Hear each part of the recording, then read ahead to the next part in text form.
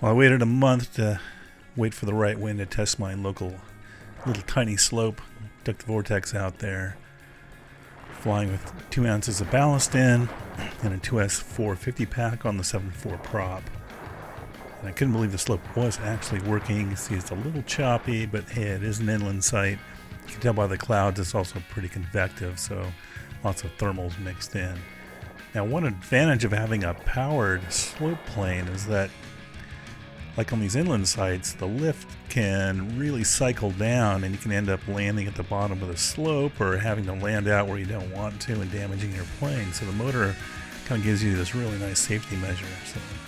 And then when the lift's not working great, like right there, I just hit a couple of seconds of power and that puts me up in a little bit cleaner airline instead of having to scratch my way up the, into the slope looking for that little bit of pop to get me up there. And you can, have some altitude to do some aerobatics with. And this is basically my F5K thermal setup on the slope. Nothing fancy here. I didn't change the rates or anything. Because if it flies cleanly in thermal terms and stuff, it's going to do aerobatics pretty well. The roll rate's really high. The plane's extremely agile, especially at the CG I run, which is pretty far back, right towards the neutral point.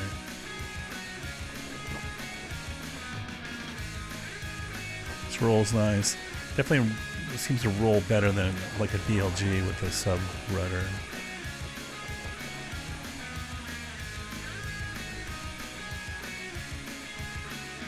Like right there, just hit some power when the lift didn't feel like it was working. Just hit power.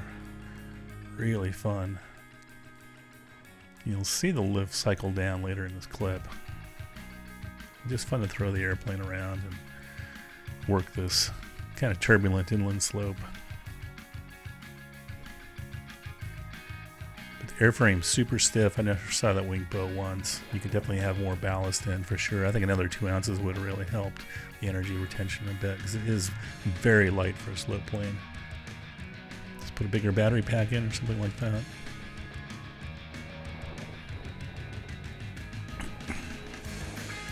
And here we do some fun stuff. Power added pumps, half pipes.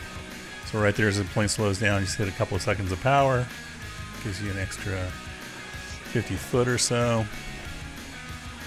Just give you a little bit of energy because the slope was kind of powered down right now. Wasn't really giving you a good vertical push. Now you'd think you'd be using up a lot of power, but you're really not. These short motor runs are pretty efficient. I'll have to try this with the 6.3 prop. See if I get a little bit more speed.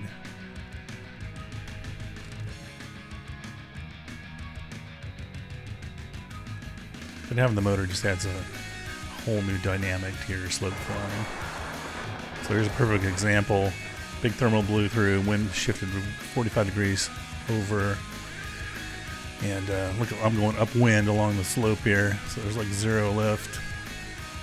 Usually I'd be setting up for a landing, but with a motor you're safe, and I actually ended up following that feeder line into the thermal and taking it out.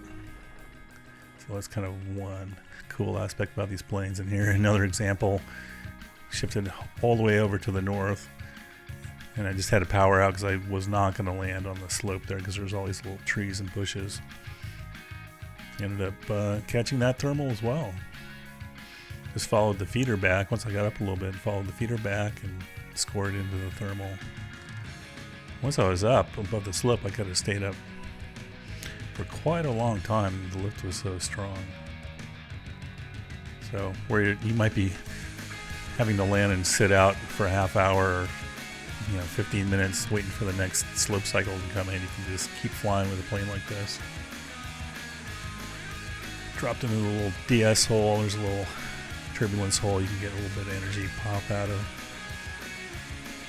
Again, I get too much trouble. If I have power, I can set myself up for a safe landing anytime. So there's a big thermal I popped out. Really fun. So from that altitude, I could roam out anywhere and not even worry about the slope. In fact, the slope was completely dead at this point from the thermal suck. There'd be just no flying. You'd be sitting there waiting. So let's trade a little altitude for some speed. This plane's pretty fast. Again, I wish I had a little bit more ballast. That would have been nice.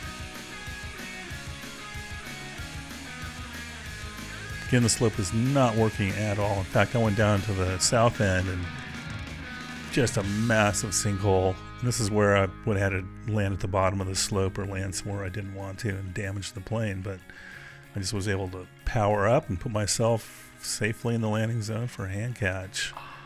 So motor really saved me on that one. And I ran the prop. There's still plenty of power, so I actually checked it. I thought the battery would be at the very bottom. But no, still 54% with all that powering I did. Pretty surprising. So that was nice. Amazing for such a small pack to get that much motor runtime.